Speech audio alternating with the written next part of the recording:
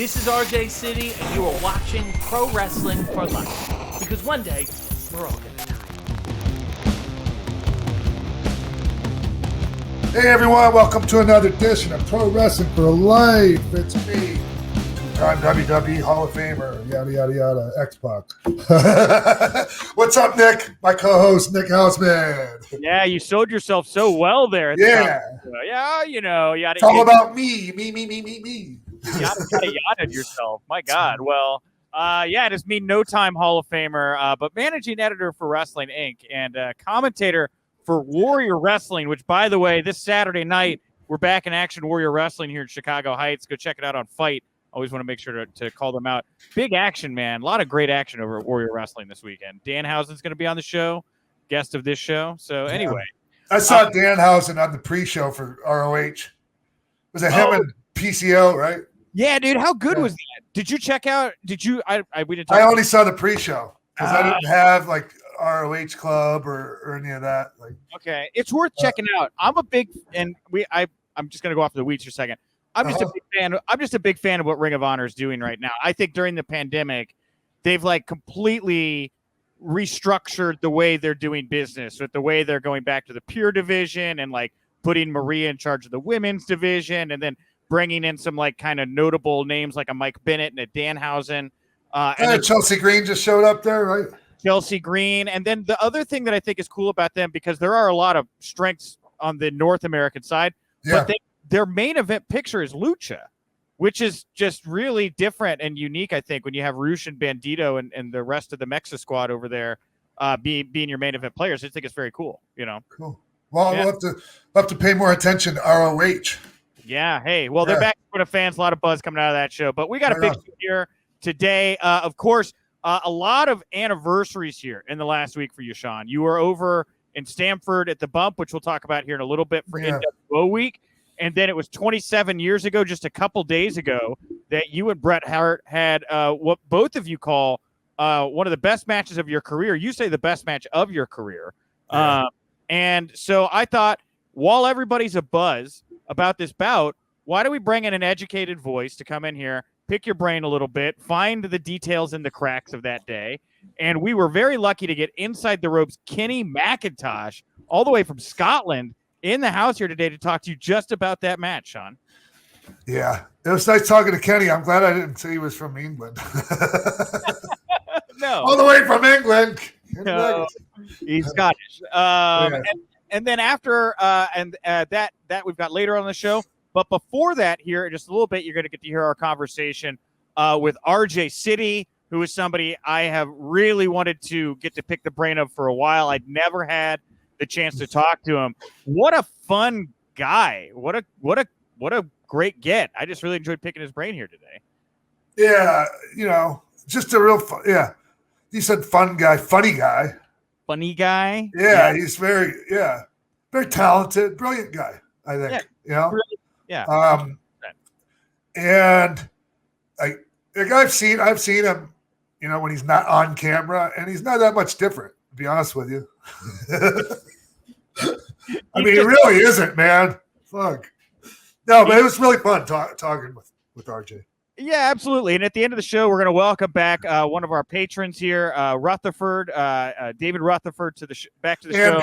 It would be Andy Rutherford. Andy Rutherford. Sorry, I had my run sheet upside down. Andy Rutherford will be here at the end of the show. He's back. He'd beaten you once before. We're going to find out if he can go 2-0 against you here on the show. First returning contestant we've had on the show so far. So, and if you want to play, go sign up. Up. Come on. Bring it on, everybody. Come on in. We pull people at random most weeks just to go head-to-head with Sean. We pull them from the Patreon. All right. Well, hey, Sean, before we get to anything else, the wrestling world lost a legend. He was in multiple Hall of Fames, drew huge money with the likes of Hulk Hogan, and that's Mr. Wonderful Paul Orndorff. Yeah. Talk to me a little bit about Paul Orndorff. What does his passing mean to you? What do you reflect on in this moment? So Paul was already gone for quite a while. By the time I joined WWF, so like I only knew Paul Orndorff from just being, you know, watching him as a kid, and Then when I went to WCW, all of a sudden I got to be around Paul and, sometimes at the power plant, but he was also like a road agent. Like we went to Germany one time on a little tour of Germany, and like he was the only agent. Like he was in charge of everything, and everyone just respected him so much, Nick, that you would never give unless, one guy gave him some shit, and I won't go into that, but most people, I don't want to talk. Everyone knows about the Vader thing, but Leon's gone, and so I just don't want to go off too much on that. But it's just, everyone had so much respect for Paul, and he really was a super nice guy. I don't know if you read what Bret Hart said about him. I did. I wasn't around Paul like that, so I can't relate to what Bret said, but like the parts about just what a wonderful guy he is, like I can echo that sentiment. And just, oh man, like people, and recently was like, a lot of anniversaries, right? Like my anniversary with Bret, this anniversary, but like, the anniversary of him turning on Hogan. That was a big, huge deal, right? Like one of the biggest turns like ever. But like also like when he turned babyface and saved Hulk, like that was huge too, man. Mm-hmm. Like that was just as big a turn in my opinion. And he was so freaking over as a babyface for that period of time. Yeah. Like I don't know, like if you remember back that far, Nick, but man, it was really something to see, and I remembered seeing Paul in the magazines before we could ever see, TV from other territories, and you just looked at him, and he looked incredible, and and just me being from Florida, from the Tampa Bay area, you always heard Brandon Bull, man, and he was legendary. Wide receiver at was he wide receiver? Anyways, okay. Legendary University of Tampa football. There was a time like back then, like University of Tampa football team. A lot of people said they could beat a freaking pro football team. They were that good. Like John Matusak was there at one time. Anyways, there's a lot of great football players. University of Tampa, and like if there's pictures of Paul back then, like when he signed, like, anyways, I don't know if he was just signing with University of Tampa or if he had just signed to play pro football, but he was so young, and in these pictures, like he looked like a 35-year-old man already. It was crazy. Like his face was so like, how his face was, right? Like it looked like that even when he was young, man. Like his hair is parted on the side. Like if you go and like Google like some of like Paul's football stuff, you'll see these pictures. It's crazy how he looked back then. Yeah, looked like a grown ass man as a kid, and like he like legendary for being the toughest guy in town. Yeah, in Tampa. Yeah, like you hear about. I mean, way before my time. But the stories were still, the Brandon Bull. And Danny Spivey was another guy in the area that had a reputation like that. His nickname was Dangerous Dan, the left-hand man. But back to Paul. Just so sad, and you see how he was in the last days, and it's so sad, man. And you knew it's time to say goodbye, but it's so, it sucks, and I just feel so bad for his family and his kids. How was it working with him as an agent? Because like you had you were working a style that was a more evolved style than what Paul did. How was it working with him as an agent when you guys were working together? It was just fine. He was great. Yeah, he was great, and I worked a style that was more modern, but like all my psychology and everything was still like sound, right? Like I wasn't just throwing a bunch of shit out there. Like everything meant something, you know? Yeah.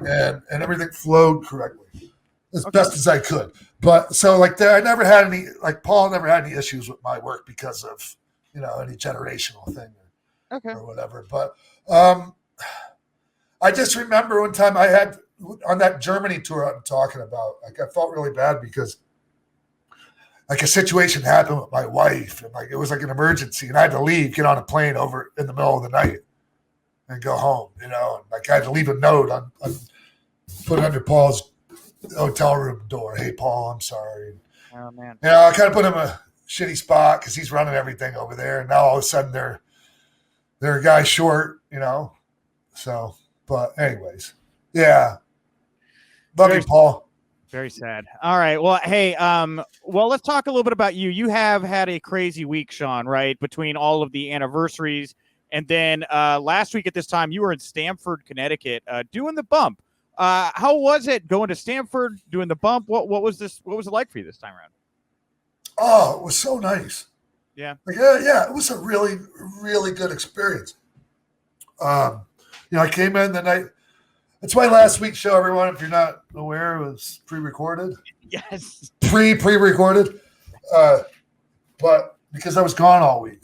Well, the majority of the week, right? I left Tuesday morning and, you know, so then I had whatever. I left Tuesday morning. I got back Thursday afternoon. Yes. It was nice. They had other stuff for me to do there, Nick. Like I signed a bunch of, man, they had me sign cards for this set of cards. They were gold plate.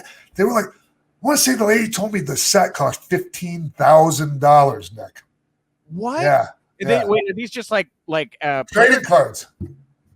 Like Topps card, you know, like that. Oh my God.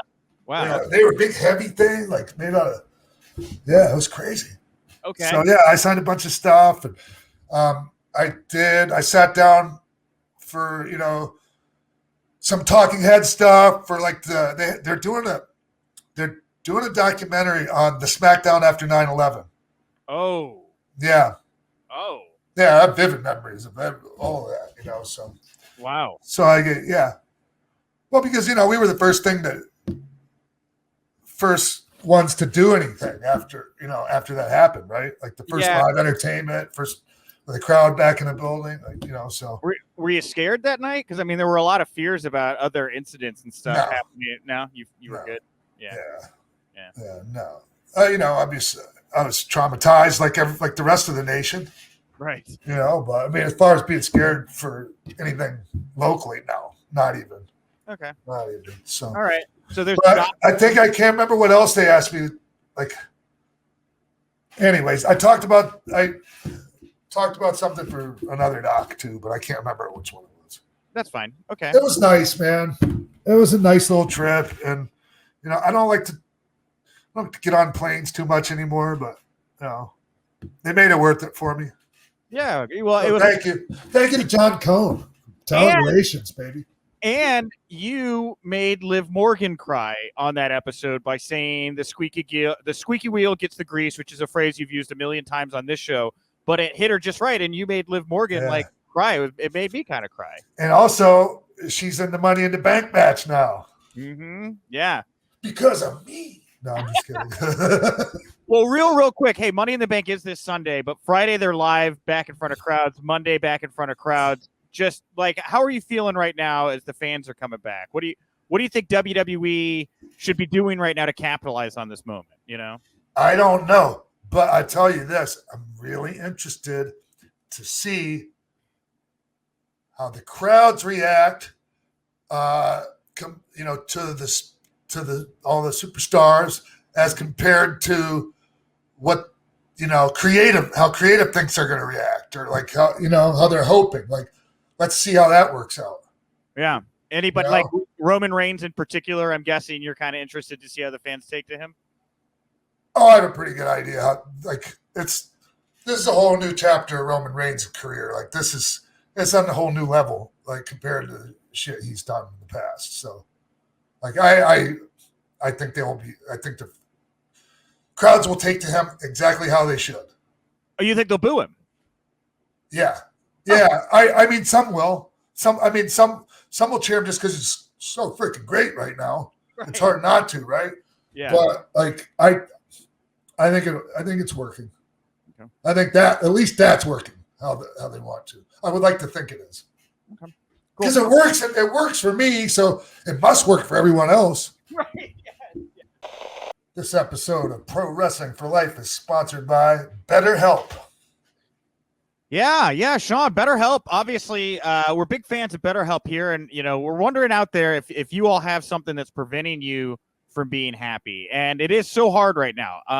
Again, we talk about the pandemic, but there's also just other stresses in your life: financial stresses, personal stresses, relationship stresses, and it's really easy to let that stuff kind of sink into your brain and fester sometimes. I'm sure you know what that's like, Sean.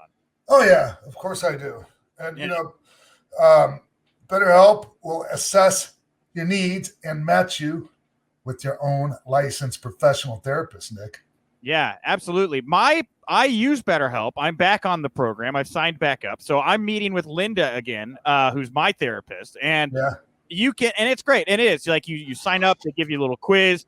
You tell them about, what you're struggling with. They pair you up with somebody. You usually get paired up within about 48 hours so that you can start communicating. It's not a crisis line. It's not a self-help.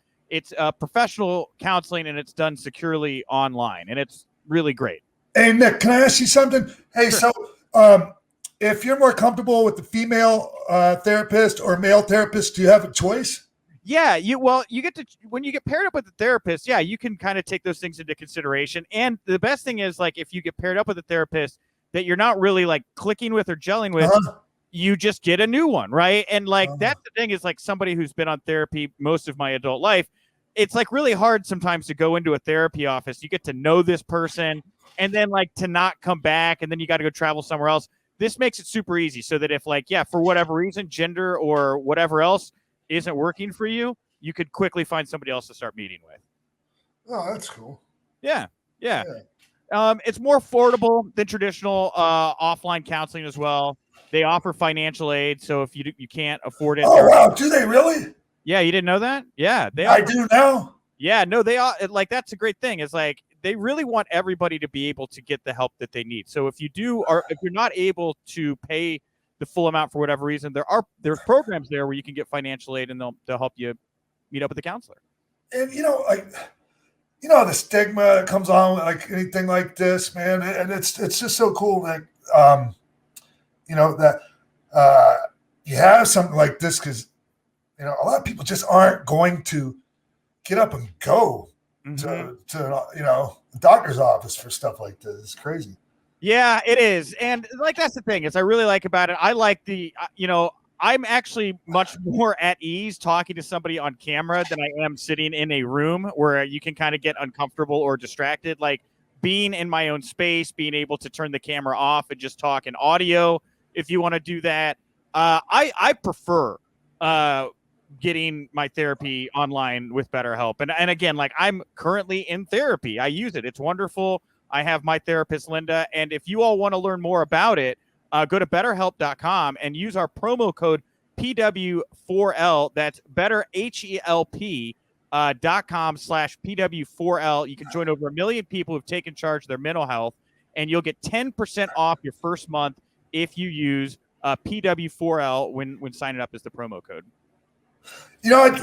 As someone that's been in the nut house a time or two, and most people know that are listening to this show that I could use something like this, I'm going to have to take advantage of BetterHelp, Nick. You should, Sean. I mean, it's good. I mean, like, if you feel like you need to talk to somebody, or even if it's just like something that makes you feel better because you're used to being in therapy and you want a nice kind of convenient way to do it, I highly, highly, highly recommend BetterHelp, HELP, and using the promo code PW4L to get 10% off your first month, and you will not regret it. BetterHelp.com/PW4L. That's the way to do it, Sean. Yeah. And thank you so much, BetterHelp, for sponsoring this podcast.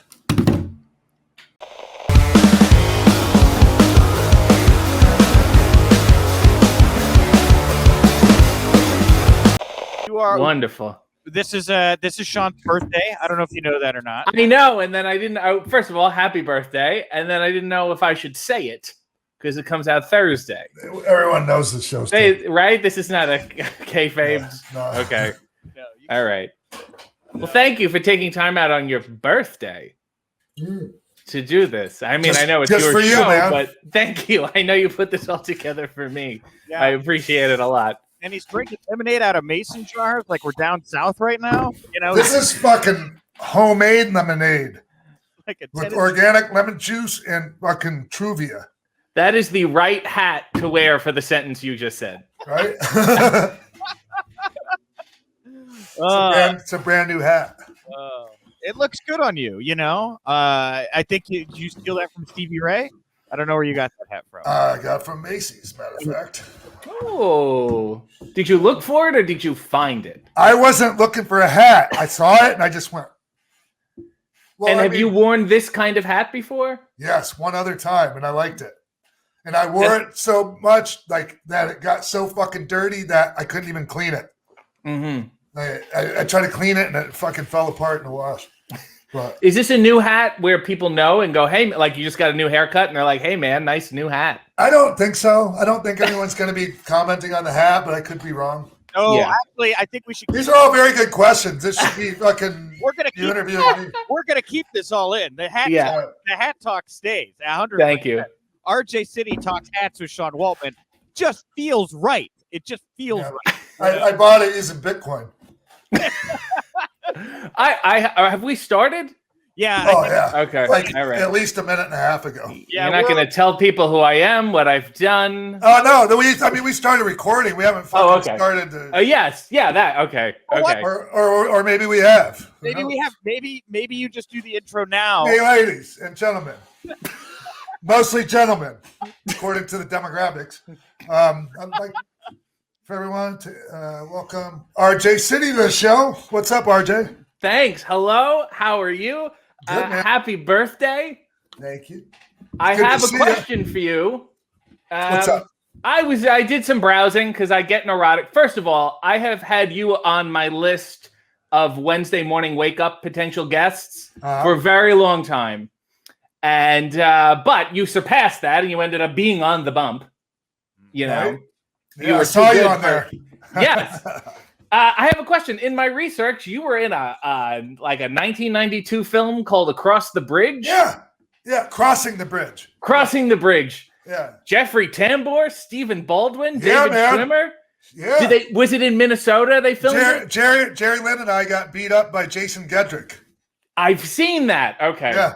That makes sense. Yeah. And Stephen Baldwin had a big role in it before he, That's so helpful. I can do a lot of 6 degrees with that one. Thank you. That's going to help me a lot in my game. It was actually a pretty good movie. Like if you go back and if you watch it, now it wasn't a lot, but like it was a quality movie. Judd Apatow had a hand in it too. That's what I read that. I had no idea who he was at the time. No. Yeah. And he didn't know you either. So, it's weird because Kai Michelson was the stunt coordinator for that. And he, he was friends with Eddie Sharkey and he also discovered Medusa. And Kai is best known as the Rocket Man who made the rocket that went on Evel Knievel's rocket bike and shit like that. Yeah, he still makes rockets. Anyway, so that's weird little known fact that probably no one gives a fuck about. I give such a huge fuck. My fuck is about this big for that fact. That's what I heard. And also, this morning, I watched a match, and I don't know if you've watched it.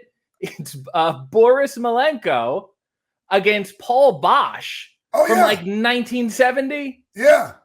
And that was, Larry Boris that was his toward the end of his career. But man, he had a hell of a run in Houston with Paul Bosch. He's doing commentary over the match and explaining why the ref is fucking him the whole time. They bump the ref. He rips off the ref's pants and chokes Paul Bosch. And I thought, this has to be stolen.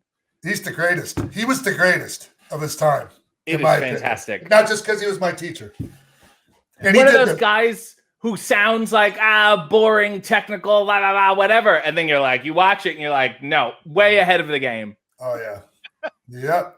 Yeah. Most definitely. You hate pants. Like I've seen all the coffee underwear stuff. Yeah. You're anti-pants, it would seem. Yeah. I get very, very hot while I'm filming stuff. Hey man, I didn't mean. Oh Jesus! I can't believe I just interrupted you.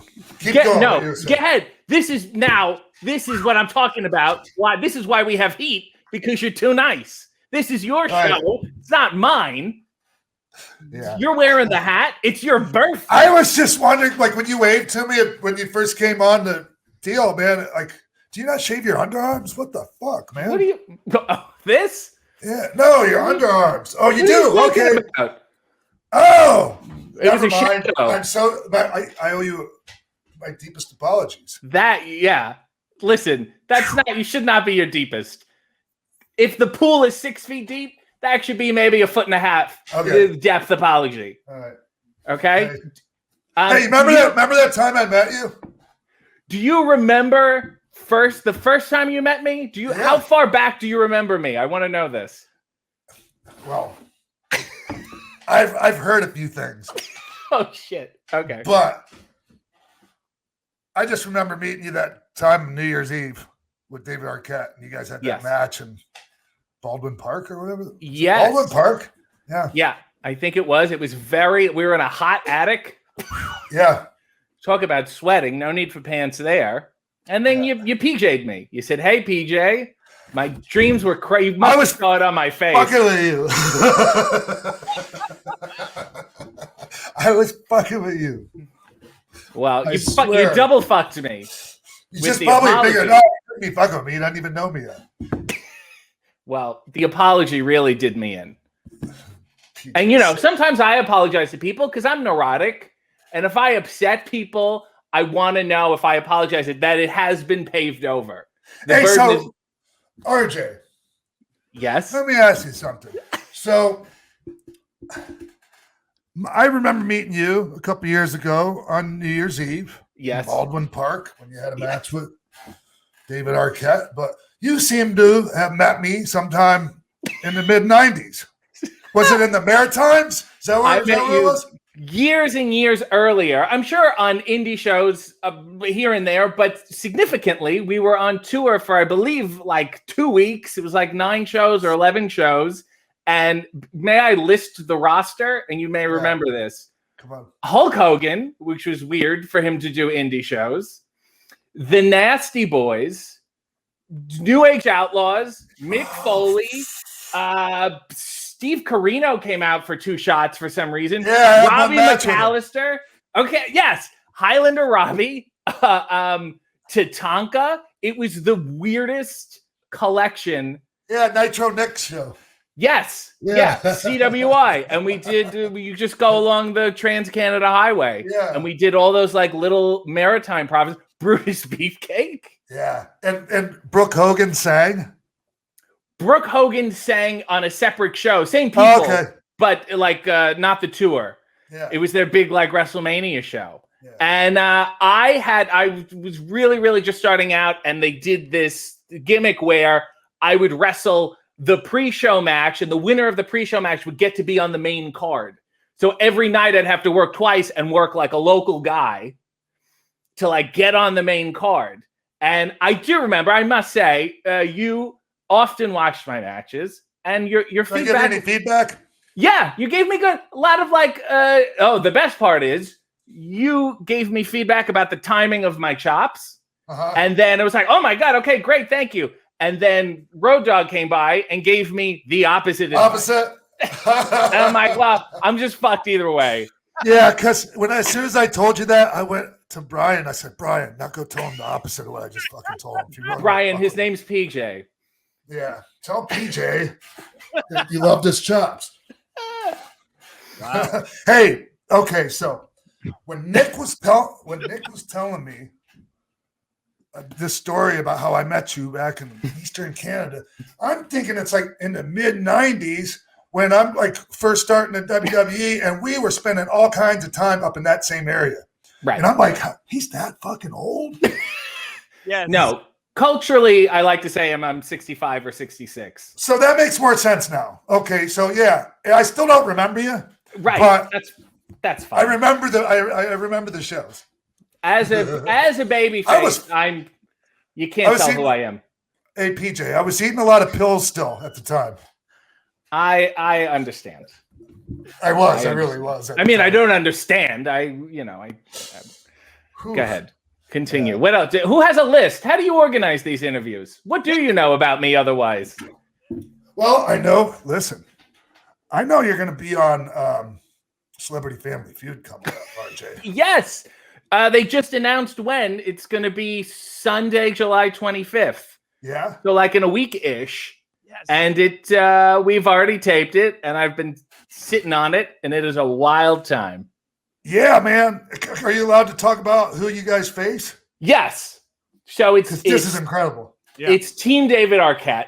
Yeah. So of course it makes no sense. Of course you would think, hey, maybe all of his siblings. It would have been a great idea. They couldn't get Patricia or no, Rosanna. I don't think his family wants to deal with him, and I don't think he wants to deal with his family. Family feud wise, it's David, me, Dalton Castle, Pretty Peter Avalon, and Jungle Boy.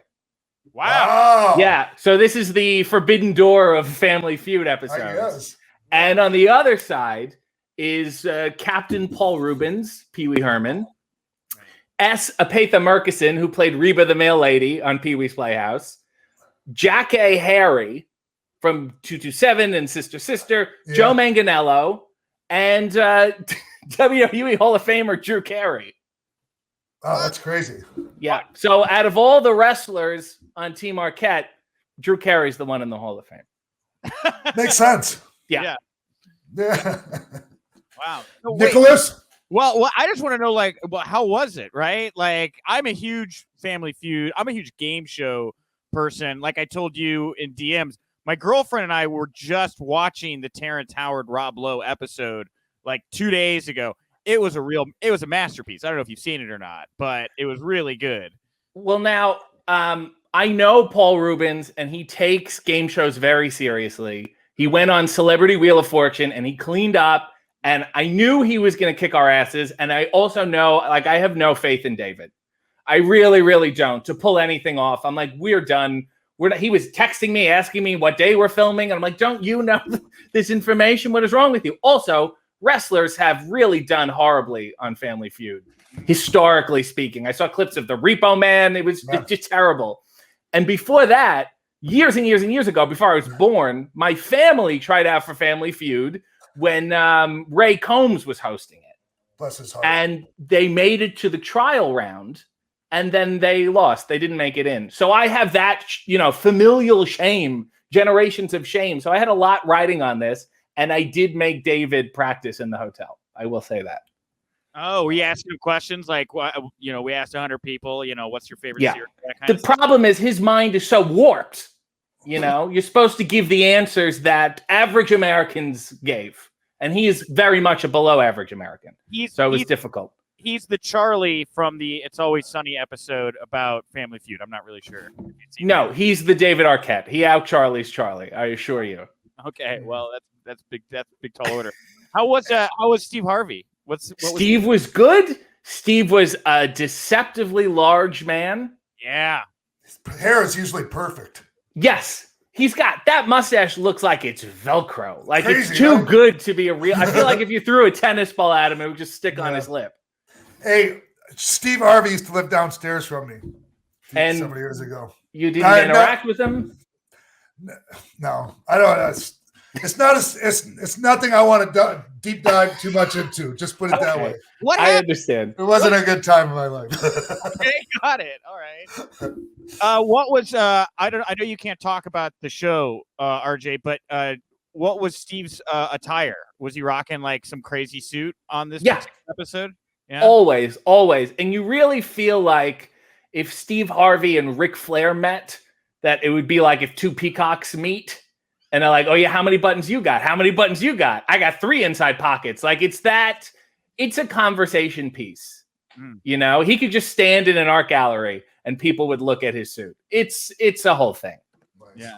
Well, I definitely want to talk to you about Arquette, RJ. Like David Arquette, because there's way more interesting Arquettes, by the way. Okay, and you're really like it's like there's a lot of sass talk here about David Arquette. Like you guys are obviously very, very comfortable with one another. You know, I've seen the documentary, dude. Awesome documentary. And like I don't know, just like how did this all happen with you and David? Like I'm not really entirely sure what the origin is of you. It's very, very weird and very simple. He had a friend who was one of his writing partners who lives in Toronto and was an indie fan and would go to indie shows. And he was a fan of mine. And David was thinking about dipping his toe back into wrestling. Like the idea of the doc wasn't fully formed yet. So his friend said, if you want to get back into this stuff, you have to hook up with this guy and just, whatever.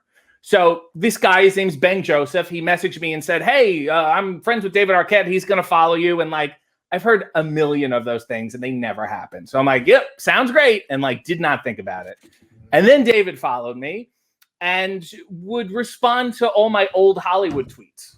I tweet about old Hollywood a lot. His father was an actor. His grandfather was an actor. So like, that's his business. It's the family business, And then we hit it off. I was not aware that he really wanted to get into wrestling. I was just kind of fucking with him. So when I do my coffee and underwear on YouTube, I called him out as just a joke. I mean, I call out people all the time, like Stanley Tucci, and I don't think anything of it. And then he made a video back. And then it blew up into this thing. His sister Rosanna thought it was real. I was like, oh my God. Okay. So then we ended up hooking up the WrestleMania in New Orleans. Must have been like 3 or 4 years ago. Oh, okay. So it's not that deep of a I didn't know if there was much more of a relationship before all the wrestling stuff. So the wrestling stuff is where it begins for you two. Yes. Yeah. And I think he found me useful in the sense that I could explain wrestling to him in show business terms. Yeah. So, like, what's your showbiz background? Because I definitely get the vibe there's a pedigree with you. Like, what? Pedigree is a dubious term. Well, I'm just saying. Well, I had always done like acting, like theater through elementary school, through high school. And then I got a TV show called Splat-A-Lot. It was on Nickelodeon. It was on BBC. It was like Wipeout for kids. And each defender of the castle had a gimmick. And I was a handsome Viking and I would insult the kids while I shot things at them. So you were kind of like a child actor, sort of? No, I was a full adult at this point. I was in my 20s. The kids were like 13 and, Yeah. And at the same time, I got a movie called Monster Brawl, which if you're not familiar with it, the premise is classic monsters wrestling. And that's where I first met Kevin Nash. Yeah, he was telling me that. Yeah, Kev was telling me. I was laughing I was talking to him the other day. I was laughing with him about that segment from The Bump. Yes. Dude, he was fucking hilarious. He and I have known each other for that long. So maybe like 10 years. And I've had a few matches with him. And he did a couple of those shows with us too. And he enjoys talking about obscure old Hollywood things too. And I mean, we cut so much out of that interview because there was just a million things there. We didn't speak beforehand. We didn't need to. He's singing the same note as me immediately. You know what I mean? Mm-hmm. That's all we used to do. Well, not all we used to do, but one of the things we used to do a lot is throw around really obscure, like movie references, Hollywood, shit like that. Yeah. I mean, and Kevin had the most obscure of them all. Yeah. During a match, during the last match he and I had, we spoke at length about Cesar Romero and Desi Arnaz. So I always feel like he's too tall for how smart he is. Does that make any sense? Yeah, for sure. We had him here in Chicago for a signing one time, and my girlfriend, I had to explain to her who he was, and she finally realized who he was when I told her this is Tarzan, and she's like, "Oh, well, I know Tarzan from Magic Mike." We got there, and he walked in and walked right past us to go to the bathroom, and she looked at me and she goes, "That's too much man. That's too much man right there." Just like the awesome Kevin Nash there. Yes, he's perfect. I'm wondering if everyone else is like losing height and Kev isn't or something because like I'm just gonna tell you, they sent me the Hall of Fame picture. Like a picture and like there's this thing, Yeah. And then I think these are belt plates, side plates or something, and they got this too, right? But look how tall Kevin is in it. Yeah. Compared to the rest of us, like I'm 6 foot 6'1", and he looks like he's a foot and a half taller than me. Anyway, I think he must have done the Bob Hope thing where he hangs from a bar. Like he seemed to avoid decompression. Right. I think he hangs upside down like a bat. That's the Bob Hope. Yeah. Oh, really? Yeah, that's what what Bob Hope used to do. That's what he was known for. I've been trying to figure out a way to show that shit on the show. Thank you. Nick, you couldn't mention during the show that this man was in the Hall of Fame? Hey, you got any fun pictures? I just want to show this guy up. I just want to show the picture off. It never comes up, RJ. It never comes up how Sean is a 2-time Hall of Famer on the show. So I usually, except for when I do my same intro that I do every episode, say the exact same words. Here's a question: you got 2 rings? Oh shit! I don't. Should I go run and grab them real quick? Wow, This is the first time I've done my show without wearing my rings. I feel naked right now. Go get your rings. I will tell a ring-related Ricky Steamboat story. Go ahead. Talk amongst yourselves. Okay. Yeah, go ahead. Here's a ring-related story. Ricky Steamboat and I did an indie show, and it was a thing about his Hall of Fame ring, and he's like, I'm going to beat you up, and I'm going to make you kiss my ring, and, whatever. So it finally gets to the end of the show, and he's about to do this thing where it's like, I'm backing off, and I'm going to go kiss his ring. Oh, here we go. Does he need to get caught up now? So he looked, and I go, oh, my God, I'm so sorry, Mr. Steamboat. I'll kiss your ring. And he looks at his hand, and he realizes that he forgot his ring in the back.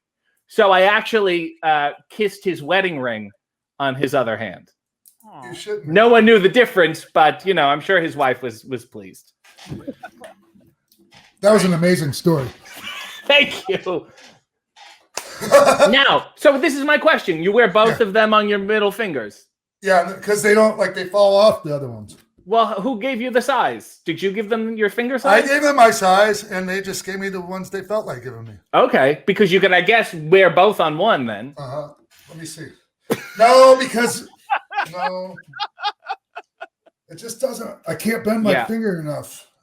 Sorry. I also feel like these rings are good motivation to keep you in shape, because if you get bloated and swollen, you can't wear them.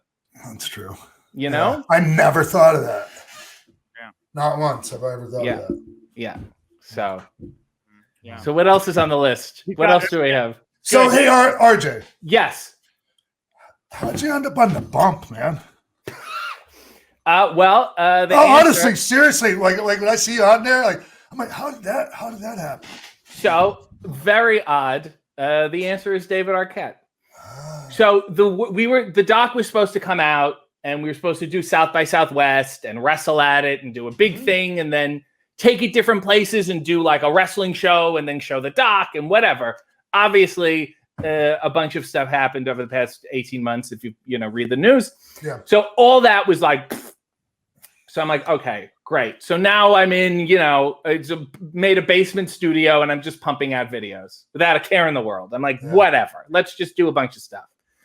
Matt Camp from The Bump messaged me and said, hey, do you have Arquette's info? We want to get him to do a thing. And I thought it was for The Bump. So I'm like, sure, no problem. David, this is Matt, WWE, blah, blah, blah. And he said, okay, you're going to come on too, right? I'm like, no, they didn't ask for me. Like, that's not how that works. Okay, so it comes time for him to do the interview, and he texts me the link. I'm like, no, I was not invited to this. It's fine. It's okay. He's like, no, we're a tag team. We do this together. I'm like, no. Finally, his wife messaged me, and she's like, please just click. So I click on, and it's this video. WWE tried to get as many superstars and celebrities on one Zoom call as possible. Yeah. So I click on this not knowing, and it's this wall of people like Dolph Ziggler, Rey Mysterio, Kayla Braxton, Ric Flair, Titus O'Neil. I was just like, so I immediately start apologizing for being there because I'm neither a superstar nor a celebrity. And I, of course, blame David, and we inadvertently go into our shtick, which is not a shtick, because he's in real life. Who he is who he is. And so I don't know. I must have talked for 10 minutes, and then I got off, and I thought, well, that is funny, and they will completely cut it out. They left the whole thing in. I'm like, well, that's weird. And then around SummerSlam of last year, they contacted me and they were like, hey, do you want to do a watch along? I was like, oh, are you sure? Are you aware of who I am? And, whatever. And it was one of those things where it was like, oh my God, I thought it was going to be like my first day in high school. And then it's like, I know everybody. It was me, Xavier Woods, and Bivens. And it was just like normal. And it's like, oh yeah, I know kind of everybody there. So we went back and forth with like a couple bump appearances and a couple watch along appearances, and had a bunch of, it's like the system, and with television, it's like, hurry up, let's work on this, and then it'll fall through. Yeah. And then at the last minute, something will happen and you're scrambling to get stuff ready. We ended up doing, I guess, like their first late night comedy special called WrestleMania After Dark, which I wrote within like 2 weeks, and it aired in between WrestleMania night 1 and 2 on the YouTube, and it's on Peacock and whatever. And it's just an hour of kind of whatever I wanted. Yeah. I would say they really didn't give me any notes or any whatever. And we had Flair, Bailey, Shayna Baszler, Woods was on it, Bivens was on it, Kevin Owens, just a bunch of randomness. And it allegedly did very well. It was well received, which was like that was going to be my question, was like, how many people tuned in? Yeah, I mean, for what it was, especially in the midst of like a big content dump of WrestleMania weekend, it found an audience because it was different. It was finding a different audience, and it was also received very well. Like, we just did an episode of Up, Up, Down, Down, and Xavier Woods made a point to say it was the funniest thing WWE has ever made, which is so sweet of him. But like, it was just incredible. So that was great. Talked about doing more of those. And at the last second, with like less than 24 hours notice, they're like, hey, we want you to interview Shane Helms on The Bump. I was like, what? So then I'm scrambling, writing questions and blah, blah, blah. And then the next day, they have this logo and whatever called Wednesday Morning Wake Up. Oh, so they came up with the name. That wasn't your name. They came up with that because after WrestleMania After Dark, there was a lot of Twitter chatter with the USA Network about me hosting the new Tuesday Night Titans. You know what? It's funny because your Wednesday? Wednesday Morning Wake Up. It looks like Tuesday Night Titans. That's right? The joke. Yes. Yeah. They took the exact logo and they're like, let's just do this. And I was like, okay, great. And then we did one, and I'm thinking whatever. And then we've done 5 or 6 now. Right. The funny thing is not everyone will get that. That's what that is. But the ones that do get it, will appreciate the fuck out of it. That's always my stuff, where it's like, even if you don't understand it, at least you'll enjoy it. Yeah. Wow. It's crazy because like you're still an active independent wrestler, and like active is a dubious term. Okay, well, I mean, you still are part of the scene, and like, there's so few people that get to walk that line. Like, it's just a really cool spot that you're in right now. Yeah, it was weird. It was a thing where I was like, if to do the WrestleMania After Dark and Wednesday Morning Wake Up correctly, I felt like I couldn't do that and wrestle at the same time. Yeah. It would also be doing a disservice to both. Sure. Hey, man, who trained you? A guy named Ruffy Silverstein, who was part of the original Team Canada in Impact. Oh, yeah. And who was trained by like Stu and came up with TJ and Natty and Harry. Oh, okay. So, are you from from Toronto? Up in that area? Yes. So then after that was. You sound like you're from New York for some reason. My mother is from Queens. Yeah. So you have a good ear. Yeah. I must say. It's not bad. Well, while we have you here, RJ, we play a lot of games on the show, right? We have a game at the end of the show we're going to play with a Patreon member where they go head-to-head in trivia with Sean. But since you're here and you're a real playful, fun guy, right? Like, yes. I thought we should do a fun thing with you, like play a fun game, right? Well, remains to be seen. We'll certainly play a game. Whether it's fun or not, we'll have to decide after. Okay, that's Hey, RJ. Yes. You know, I know I should have brought this up like 20 fucking minutes ago when we were talking about it, but funny story about that Canada tour. Do you remember Scott Steiner was on it? Yes, I do. Do you remember the truck he was driving? It was a white SUV.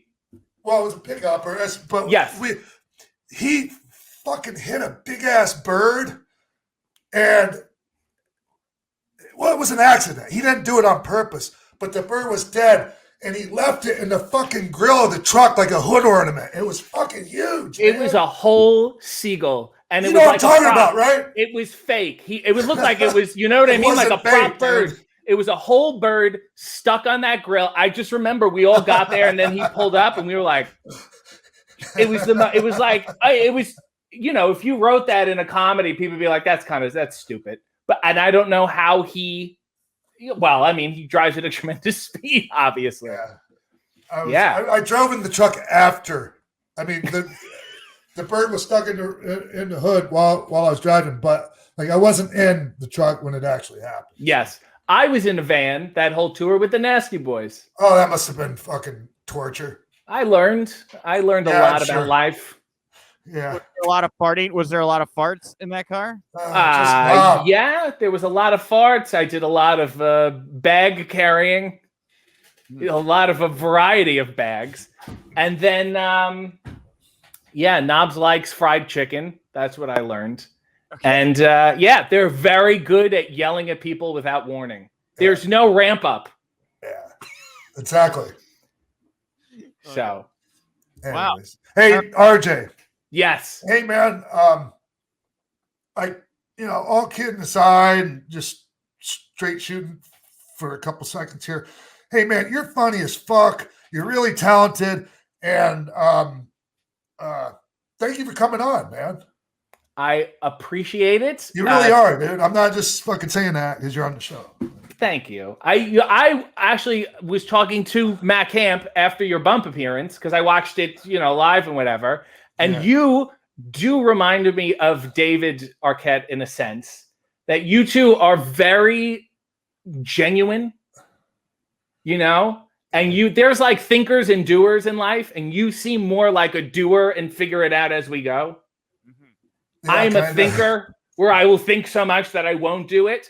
And you, I will say, like people like you and people like Nash have like decided, especially with the younger generations, to choose to help and to choose, kindness and impart what you've learned. And it has made a tremendous difference on people. I mean, probably in ways you won't appreciate until years and years later, until you can look back on it, But you being kind to me on those tours made a difference. Whether you knew me or not, you might still not know my name, and that's fine. The point is, thank you. You're a very sweet man. Thank you.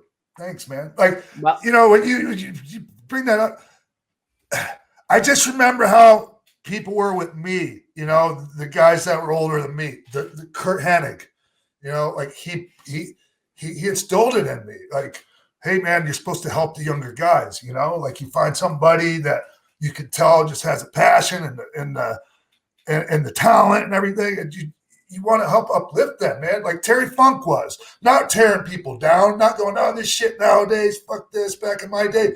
Terry Funk was never like that. Yeah.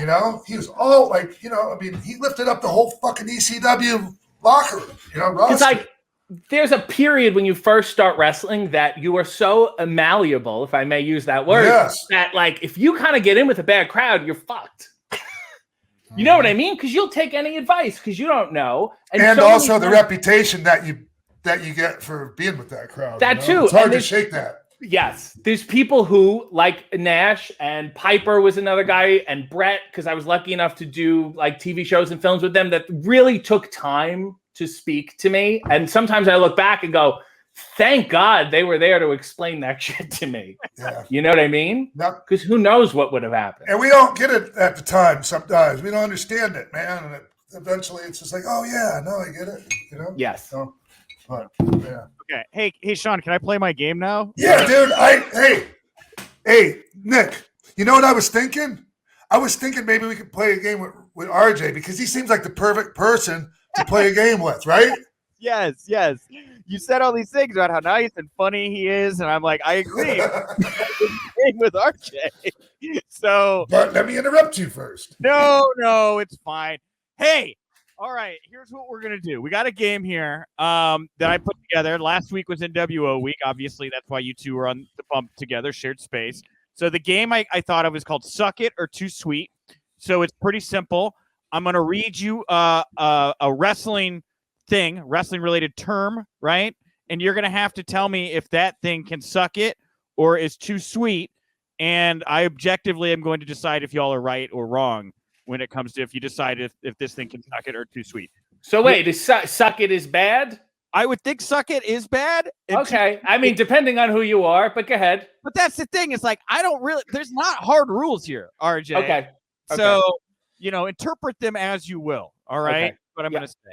Okay. So anyway, we'll start this first one here. Sean, thigh slaps, suck it or too sweet? You got to go one or the other? One or the other. Suck it or too sweet? Thigh slaps. This is going to hurt him, right? This is like very painful decision for you. Dude, I don't know. Fuck, man. This is not how the game is played. You have to pick one or the other. Suck it or slap. Suck it. I don't have a problem with it personally, but I think I'll go with suck it just to make people happy. All right. RK, suck it or too sweet?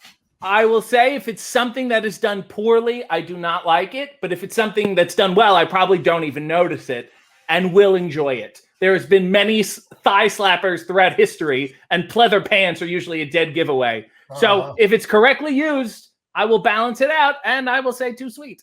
Okay, nice. I actually am in the too sweet camp. I walk around thigh slap kicking things around my house all day because I'm an idiot. So I'm in the too sweet camp. So all right, next one here. We'll start with you, RJ. Six-sided rings. Six-sided rings. Suck it or too sweet? Ooh, hard suck it. Suck it on all six sides. I did not enjoy being in them ever. It just messes with my head. Yeah. It's not fun. Okay. Yeah. Sean, how about you? Suck it. Six-sided rings can suck it. And it's not that I had a problem. Here's the problem with it. It's not that it's six sides. It's that it's hard as fuck. And when you try to climb the ropes aren't 90 degrees. They're further out than 90 degrees, so they're really fucking hard to stand on compared to a square ring, four-sided ring. So for those reasons, I say suck it. Okay. Hey, these were both very good answers. Definitively, six-sided rings can suck it. That's what I've decided here. All right. What about, Sean, what about Zubaz? What about Zubaz? Are they suck it or too sweet? Too sweet. RJ, I don't see the same enthusiasm from your face there. Zubaz, where do you land on this one? Suck it or too sweet? I think they can suck it just a little bit. You can suck it, RJ. I don't think they're as soft as everyone is making them out to be. And then you have to get those pants. Then you got to get these white shoes and a fanny pack to complete the whole look. And it dictates too much of my outfit. No, it's actually Zubaz, fanny pack, snakeskin boots, gold nugget jewelry. And a ring on each middle finger. And a fucking rag top sweatshirt, right? That you wear to the gym. Yes. That's a wrestler starter kit. Back in the 80s. I am definitively on the too sweet camp on Zubaz here. So I am 100% with Sean on this one. I'm sorry, RJ. No, I say that, but I won't wear them. Oh, what? I won't wear them anymore because, goddamn. What year is it? I have 3 pair. I have a pair of Zubaz I rock at least once a week. I'm just too sweet for the nostalgia. Okay, all right. We'll do one more here. This one will start, RJ. Cool heels. Cool heels, suck it or too sweet? I think everyone in wrestling is not very cool, to be honest with you. There's a gigantic nerd emotional element, and I think we should all embrace it and admit that we're not very cool. We are just people who are trying to get in touch with our emotions through performance. So on that element, I would say cool heels can suck it. Wow. Sean, how about you? Who exactly is we?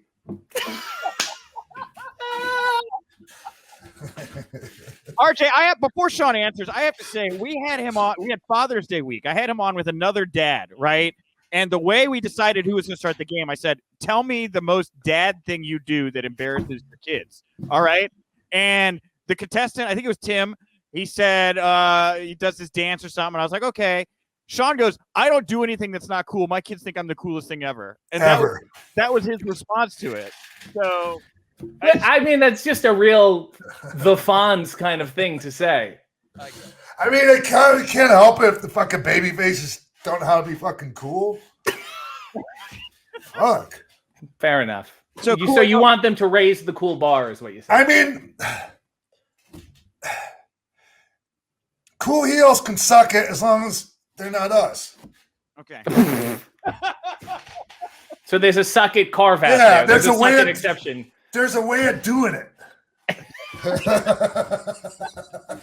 All right. Well, that ends the game of Suck It or Too Sweet. I had other stuff here, but I love how these became discussions about each item, and it really kind of dragged out. So we're not going to get into beach these ball. Are real hot topics. I have one. Can I throw out one? Please.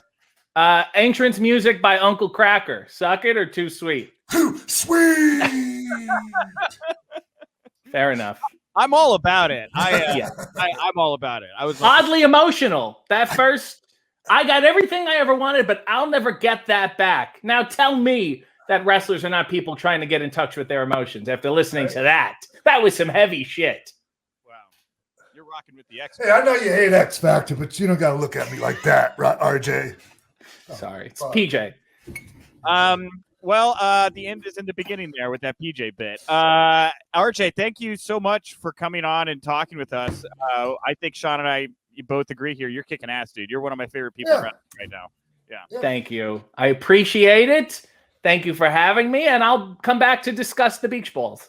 Yes, I think that's important. It was wonderful spending this time with you. I was going to ask where people can go to find you. Where can they see you?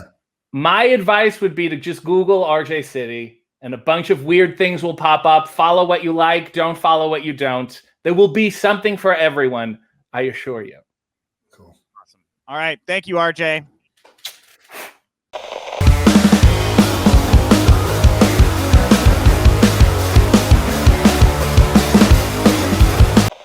Welcome back to the show, everyone.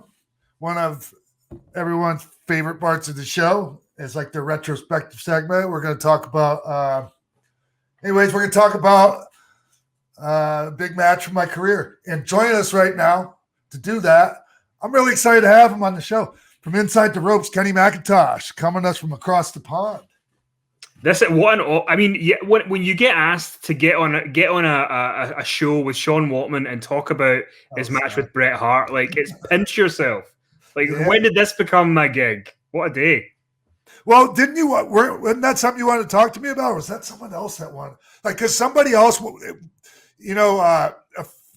don't know, a month or so ago, maybe a little longer, was wanting to talk about this. And we were holding out, hoping to get Bret to come on to talk about it. But I don't think it's going to happen. I mean, you couldn't get Bret, but I was luckily available. I cleared my busy schedule. Today's your birthday. Let's wish you happy birthday as we record this. Well, thank you very much, sir. So we're doing this on Tuesday. It's my birthday today. Y'all are watching this either on Wednesday or Thursday, depending on if you're on Patreon or not. But so anyway, thanks, Kenny. You know what, man? It's just, I mean, I appreciate everything. And it's great to have all the well wishes and get presents or whatever. But man, it's just another. I don't want to sound like it's just another day, but it kind of just is, man. I'm just shooting my show today. The amount of stuff you've done, it's just another day. But yeah. Time flies, man. Wait till you get my age. This shit goes so fast, Kenny. Can't believe it, man. 29. What's it been? 29 years since this match happened? 27 years. 27? Okay. 27, which is crazy. Because in the UK, I don't know if you know this, but like in the UK in 1994, Raw didn't air. So the only way we could see the match was like watching Mania on the weekend. So that's how I first saw it, was watching the weekend shows, and they would show the clips of Raw and they showed that match. Did they show the whole match? I don't think they showed the whole match. I think they showed like maybe like 7-8 minutes of it or something. Because I remember then when like I can't remember if it was YouTube or the network, but I remember when I was able to watch the Raw episode, and I was like, oh, what? This is a lot longer than I remember it being. Yeah. On Raw, like 25 minutes aired, but we went like over 30 minutes. So really? Even no one has seen the whole match. Yeah. Well, I wanted to ask, because when I was thinking about the match and stuff, I wanted to ask you about like the context of like where you were in your career at that point, because like you come in '93, you get the upset win over Razor, and you've been there for just over a year at this point. You know, you've won the tag titles with Jannetty, I think it was.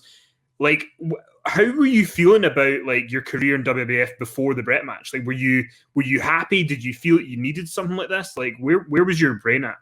That's a good question. Because I was getting little, they were giving me a taste here and there, like you were saying, the tag title win with Marty, like little things, man, to keep me, to keep people having faith in me that I could pull off the win, right? Yeah. But I think honestly, in Vince's mind, like if I just beat everyone all the time, like it would kill my gimmick, Yeah. And which is one of the reasons why I didn't want that to be my gimmick anymore eventually. Right? For sure. Because was that not the year as well where like WrestleMania 10 you were meant to be in the 10-man tag and then they cut it? Yeah. So like, and that's got to be rough, right? Because it's Madison Square Garden. You think you're going to be on a Mania, and then at the last second, like...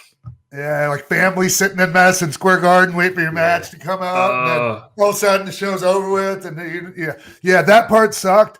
And like, I just didn't understand how things worked at the time. Like, I didn't realize like, hey, yeah, you're in this match, but it might not happen. Yeah.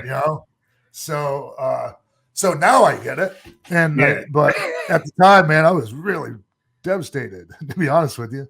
But, the weird thing as well is like, because do you remember how? I mean, so much stuff has happened, you might not remember, but do you remember how you found out you were getting the match with Bret? Like, did he push for it? Because I'm curious about how it kind of came about.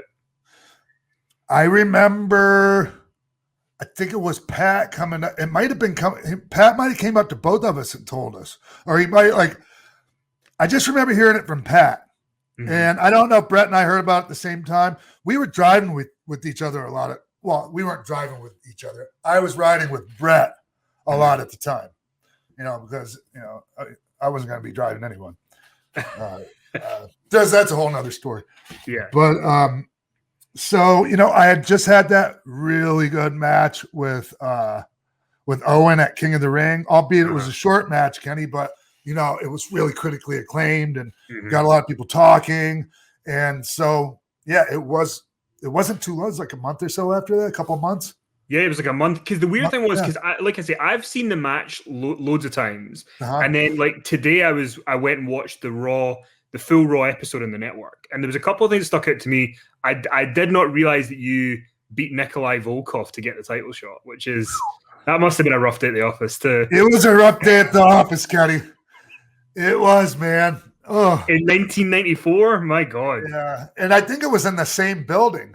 It feels like I remember having that match with Nikolai in that Bushkill building, in that little building. It looked like it, because they showed a clip of it. But then the weird thing was they showed a clip from the Hall of Fame ceremony, which was like a month before, where Bret put you over in a speech where he said, like, the next guy I want to, follow his career is the 1, 2, 3 kid. Yeah, which is he crazy. talked about a couple other people too, but like he mentioned Jeff Jarrett, I think. But the clip they showed for my, for that little opening montage or whatever you call it.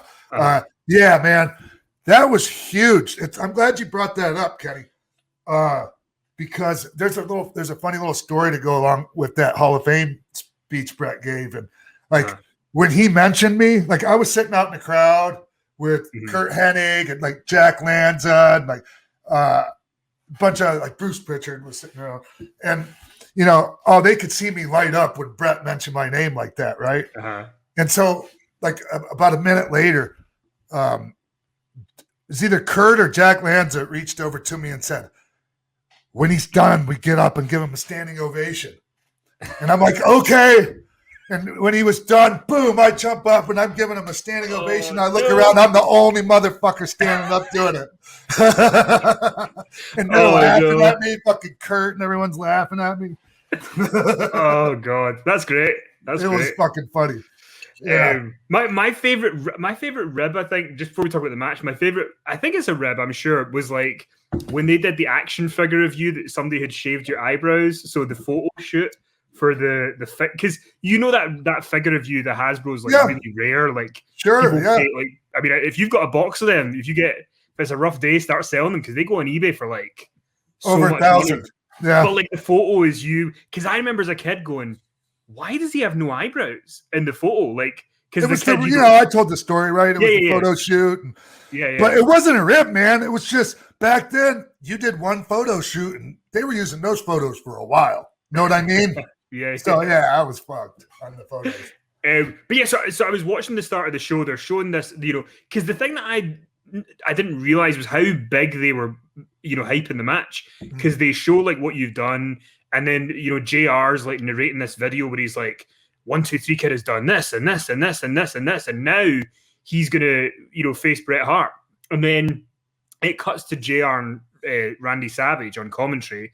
And they're like, Randy Savage is saying they're not going to call him 1, 2, 3 Kid anymore. They're going to call him the WWF Championship Kid. Yeah. And like, it was a big sell. I mean, did you only realize that later, I guess, when it was on TV, that they had been putting you over so much? I had no idea. Because I never even saw Raw because we were on the road, man. Yeah. That was a tape show and we were still working somewhere on the night that, that it aired. Uh-huh. So they sent me a copy of the tape of the match. And it was the whole match. I don't even remember if it had the commentary on it yet. But I don't know what I ever did with it. But what was the original question you just asked, by the way? Well, I was just going to say, like, because they hyped you up so much, like, even like Savage and JR. Did did they? I mean, I don't know really what my question is. It's more just about, did you realize how much they were really putting it over? Well, first of all, Randy Savage was a big 1, 2, 3 Kid fan behind the scenes and on camera. Yeah. So, which I was always so grateful for, right? That's Randy. That's fucking Macho Man, right? But what an amazing job they did, just in general. Like, it's one of the really, really great,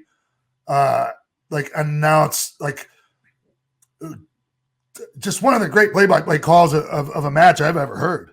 Mm-hmm. The emotion that they put into it, and and Randy, and JR and Randy didn't usually work together that well.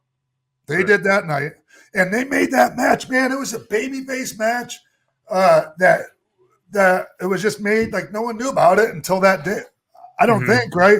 They made people care, right? Like, I mean, you wanted to see this match after that opening, So yeah, and even like so when you guys like have the match, how do you plan it? Because like you're a babyface who they want to kind of give you the rub by having the match, but Bret's the babyface champion. Like, it's a tough dynamic, I guess, to try and get both guys over the way you want to. Well, and that's why Bret was subtle heel, and Bret was very because he kept doing those looks, like kind of like, fuck, he just got out of that. He just reversed that. He, because like early in the match, he gives you the body slam and you kip up like straight away, like almost like, don't underestimate me. Yeah. But oh shit, I just had a huge giant brain fart. Bret was playing subtle heel. Yeah. And he was secure enough himself to do that and not worry about people booing him. Because they didn't boo him, they just cheered me, right? Yeah. And got behind me, and it worked perfectly. And like when you're in a babyface match, man, if you want to make sure the people are with you, you be the first one to sell. And so, anyways, and Bret knew that, and once he started getting on me, he really started getting on me, Kenny.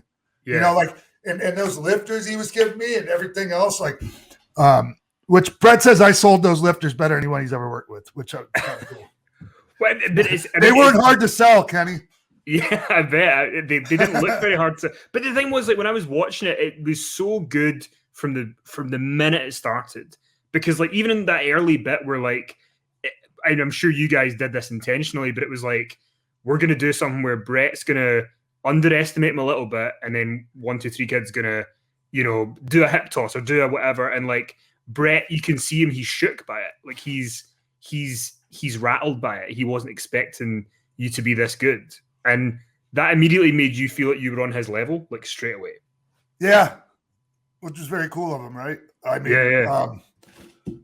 So just and you know, the way matches are done today on television and everything, it's, you know, everyone knows, like, and there was a lot of planning that went into this match, Kenny, like, but still a ton of it was just we were just out there doing it. You know, a lot of planning was because it was a 30-some minute match, and we had some, like, you know, the finish was fairly intricate and all that, and that's where the planning was. But like a lot of it was just free flowing, and I was just listening to Bret, you know. So I mean, there was one part, I think it was before the false end of the match, like where you did an insult off the top rope on the outside, and it's like, I mean, today, so it's like sensory overload today because everybody does everything. But like when you did that, it was like, oh shit! Like, and commentary was so good. They were kind of selling, how's he going to get up from this? How's he going to keep going? Yeah. And I loved that JR was kind of saying, you know, 1, 2, 3 Kid keeps going up top. He's going to keep, you know, messing with Bret's rhythm, and it was. I mean, would you say this was the most nervous you were for a match up until this point, or? No, was it easy? No, it wasn't. I wasn't nervous, but I was really focused.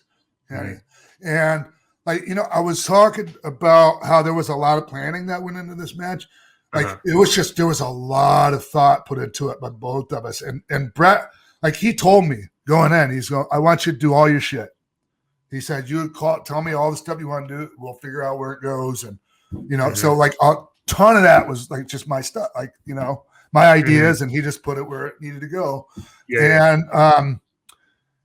I mean, we weren't ready. Like probably, I want to say about 3 times they came to us and go, you guys are up in a couple. And Bret was like, well, no, we're not ready. Like, and that shit, that kind of thing never happens. Right. And so like 3 times we're like, no, we're not ready. We're not ready yet. Finally, we're ready. And so then they just put it, like, you know, they shot us out of sequence. And yeah. Because one of the things I wrote down when I was kind of taking some notes today was like Bret's selling for Kid like he's a massive threat. Like that to me is one of the key parts of the match, is that like when you're doing like kicks to him and stuff, it's like he's not selling it like, oh, okay, I'll kind of make out that this is causing a little bit of damage. It was like it was causing damage. The truth of the matter is, Kenny, when it comes to some of that shit, like I was lighting him up. Like he told me, he said, you know, a couple of those were some of the all-time biggest fucking potatoes I've ever had in my life. but it looked great. It looked great. Sure, I bet it did. Yeah. So like, how did you guys? How do you remember coming up with the idea of the false finish, where like he pins you, you've got your foot in the rope, and they play the music, like the match is done, and Bret's kind of going, no. He had his foot in the rope. That's not the way it's ended.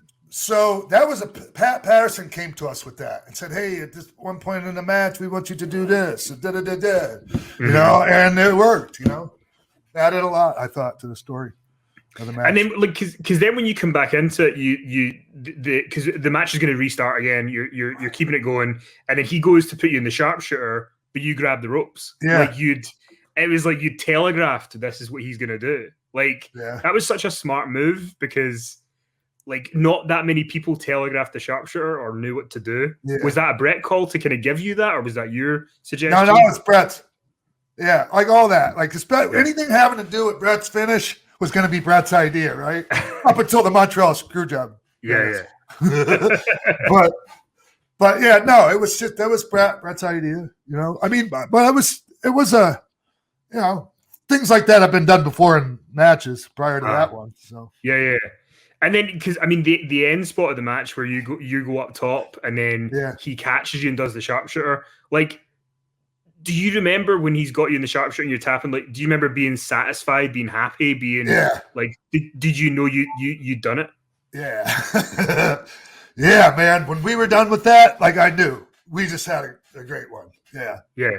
Yeah. And I was spent, man. I was done for.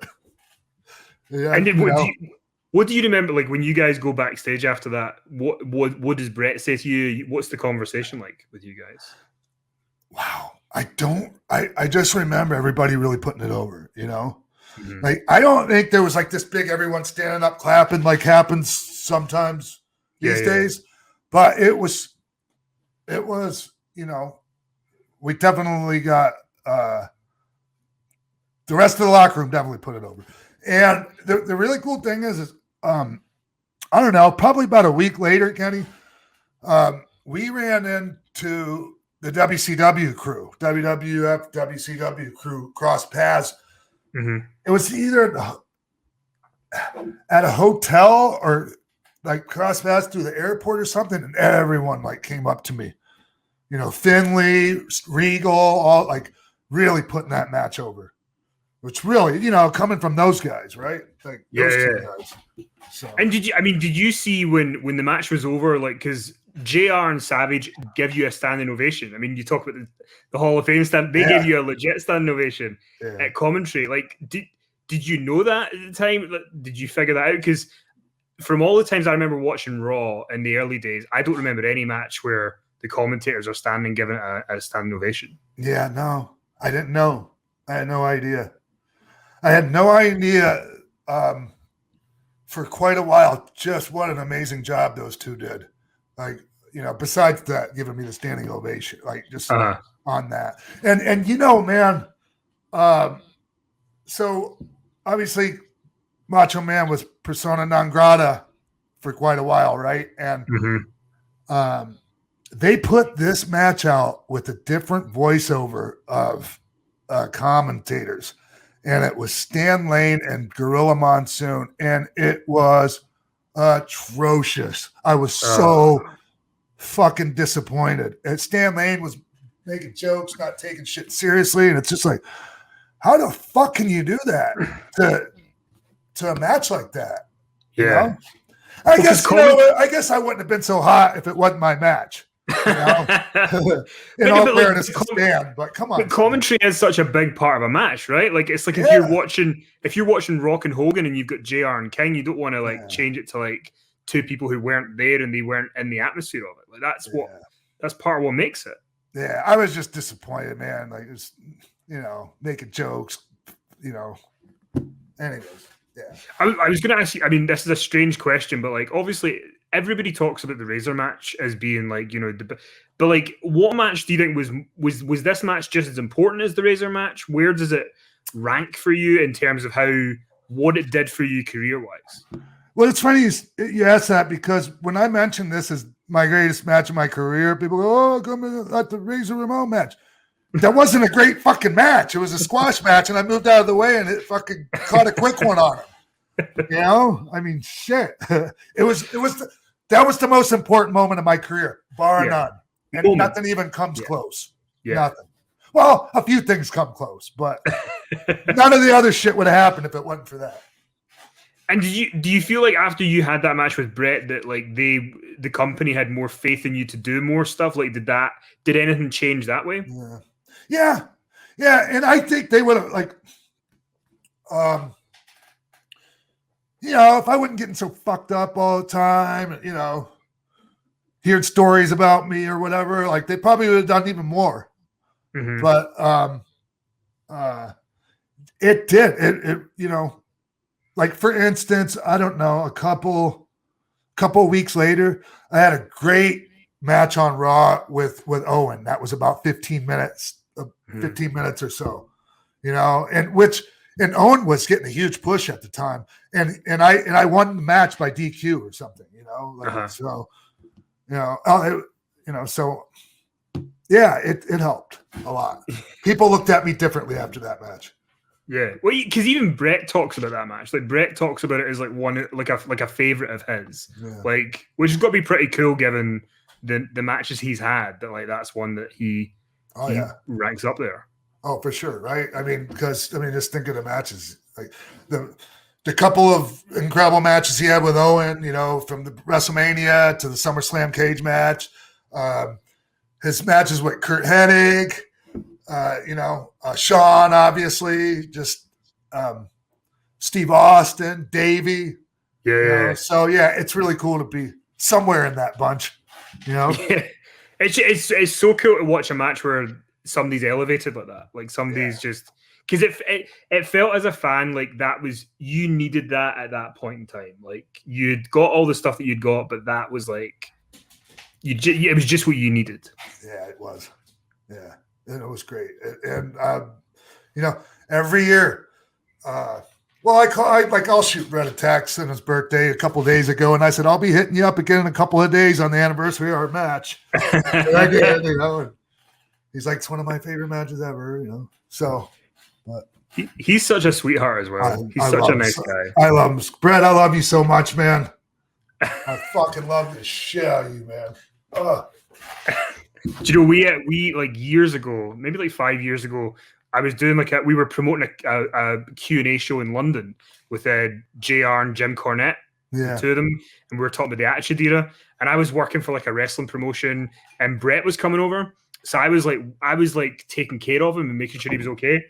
So I was just like, fuck it, I'm gonna ask him. I was like, Brett, do you want to do like a surprise run-in on this Q&A tonight at like 10 o'clock? And he was like, sure. So he turns up and nobody knows, and I'm just talking to Cornette and JR at this Q&A in London, and then the lights go out, and Brett's music hits, and people are like, "What?" And he walks out in this pink polo shirt, and the place goes nuts. And at the end of the night, one of the security guards said that a guy almost fell off the balcony because he lost his shit so much that Bret Hart had turned up. That's crazy, right? Still after all this time. That's what you call giving, like, the people show up, they pay a ticket, they know they're going to see Cornette and who else? JR. Yeah. Then Brett, that's the epitome of giving the people a little something extra than they paid for. Right? That's a Pat Patterson philosophy. Always make the people feel like they got something extra, and that's how you do it, right? Yeah. I don't know if I'll ever top that. I don't know if I'll ever top a surprise Brett run-in, but I don't know for people who are watching this or listening to this, I don't think anybody's not seen this match with you and Brett, but they need to watch it. It's on the network. It's the July 11th, 1994 Raw. Like, go check it out. It's a great match. Thank you. Yeah, my greatest match of my career, everyone. Yeah, without a doubt. So, Kenny, thank you so much, man. I really appreciate you taking the time today and come on, talk to me about one of my favorite moments of my career ever. So it is my pleasure. Thank you for making my day by inviting me on. I hope to see you soon, man. Now that shit's getting somewhat back to normal, right? Yeah, fingers crossed.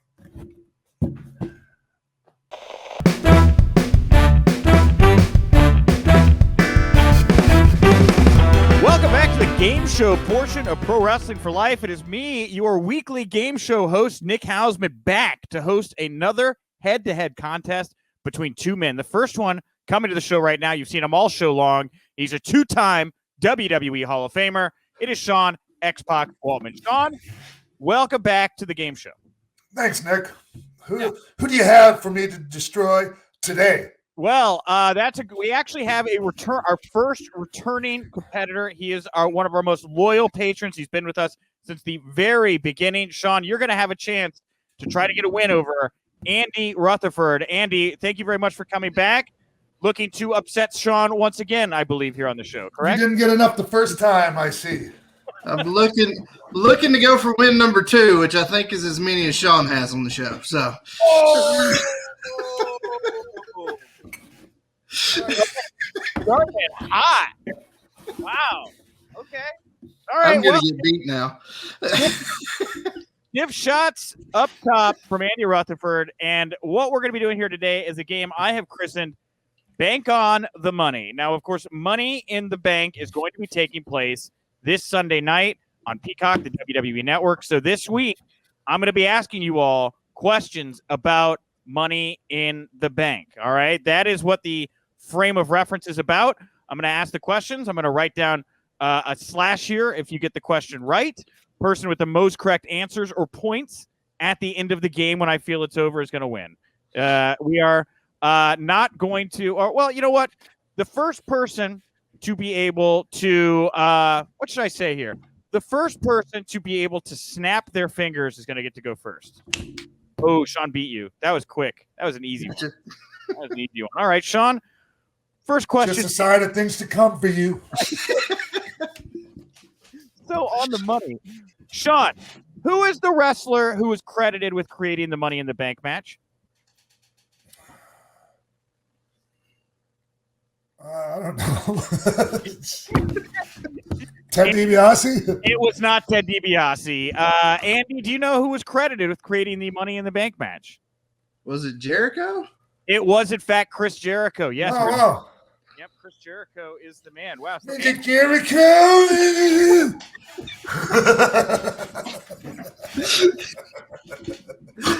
I wasn't sure. He pitched the concept to then general manager Eric Bischoff on TV, and that's where the whole concept and it rolled into WrestleMania. All right, well, hey, back to you then, Andy. A chance for you to really break out. Who was the first man to win the Money in the Bank briefcase? That was Edge. That was Edge. That was absolutely Edge. All right, Andy, up here 2-0. Sean, do you know who the first woman was to win the Money in the Bank briefcase? A little harder. Well, that was quite a. It was a few years after the men. So yes. The first one was in 2017, I believe. Was the Sasha? First. It was not Sasha Banks. Andy, again, a chance to steal. Do you know who the first woman was to win Money in the Bank? I don't remember.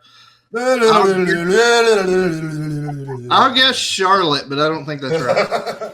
You're both wrong. The answer was Carmella. Carmella in the bank. Mella in the bank. All right. So no points there for anybody. But Andy, back to you. At the 2020 Money in the Bank, Baron Corbin threw 2 wrestlers off of the roof. I'll give you a point for each one you could get right. Who were the wrestlers that Baron Corbin threw off the roof of Titan Towers? Rey Mysterio Jr.'s one. That is true. That is correct. I can't remember who the other one was. All right. AJ Styles. It was not AJ Styles. Sean, for a point here, do you know who the other wrestler was that was thrown off the roof? Riddle? It was not Riddle. I'm sorry. He had yet to actually debut on the main roster. It was Aleister Black was the second. Was the second one there. All right. Sean, back to you. Who was the first man to cash in the Money in the Bank and fail to win the title, unsuccessfully cashing in the Money in the Bank? Oh, shit. I should know this. Was it Otis? It was not Otis. It was actually John Cena in 2012. He challenged CM Punk to a match with the briefcase and lost that match. Prove it. I just need you. I just gave you the whole history. I don't believe it. It's exactly what happened. I researched this. So, all right. Well, speaking of Otis, Andy, back to you. Who was the man to beat Otis, take his Money in the Bank briefcase? Do you know? That was The Miz. That was The Miz, Andy, and that's going to put you up at 4-0. I'm going to ask you, Sean, who wrote the now iconic Money in the Bank theme song? Do you know that? Josiah Williams. No, it was Jim Johnston, man. Oh. Anyway, I was going to give it to Andy for the steal, but he just... I thought it was something new, like you're giving me kind of a trick question or some shit. No. I knew that would have been my answer, Jim Johnson. But I thought he wrote everything. I tried to give you a layup. Well, you know what? It's an absolute blowout here. Like, I mean, Andy, you nailed this. It's 5-0 according to my sheet here. I don't really feel a need to go on. Andy... I got something for you to blow out, Andy. Congratulations. Congratulations, Andy. You are now 2-0 on the show against Sean. You have won for a second time. Thank you so much for coming in. Thank you for continuing to support the show. I'm looking forward to ending this with the trilogy. Oh. Hey, I'm down anytime. But usually, like, I have to have one for there to be a trilogy. I was about to say, I guess I should have dropped this one to set that up properly. Yeah, I appreciate you. Appreciate you doing business with me, asshole. Hey, Andy. Thanks, man. Yeah. Oh, thank you. I appreciate you, dude. Where can people find you on social media, Andy? Where do you want to send people to find you and follow you, all those things? Twitter, at Rut31. Instagram, Andy.Rutherford31. Check out my podcast sites. Those are at Convince Me Show. I plugged those pretty good last time I was on here. But yeah, you can find me there. Awesome. All right. Cool. Well, thank you very much, Andy, and thank you for supporting the show. We'll talk to you another time. It sounds like I'll have you back probably in about a month. I'm just gonna I'm gonna go into training. Just remember to learn from Jeff Jarrett. Start falling before you see the kick, or hitting you right in the face. Gotcha. Thank you, Andy. Take care, brother. Thanks, man. Very much appreciated. All right, everyone. That's it for another episode of Pro Wrestling for Life. I just want to take a second to thank Kenny McIntosh inside the ropes. Our returning game show contestant, Andy Milanaka. Andy what? Rutherford. Warhol? Andy Rutherford. Rutherford, sorry. Oh, Andy Rutherford. okay. I corrected you. You screwed his name up in the intro, and I'm screwing it up now. Yeah. Andy Rutherford, thank you, man. I'll take it easier on you next time. Yeah. I was like, I don't know. I think you should go in harder. He's beat you twice now. So, it was a great show. Thank you all so much for tuning in. Follow us on all of our socials. The Patreon channel is up and running. So you can definitely go over there if you want to get early access to all the other stuff we're offering right now. And I want to get the hashtag PW4L getting used more on social media. So starting next week, hopefully, if we get you guys to send in some questions or comments, we will we'll go into the hashtag mailbag for one or two thoughts or comments or questions at the end of the show.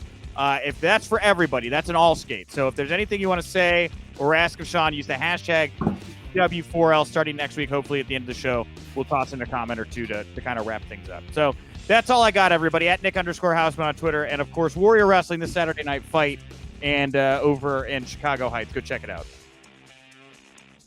That's it. That's it. You were done. You want to say anything? You were just like, for life? Oh, See you all next week right here on Pro Wrestling for Life.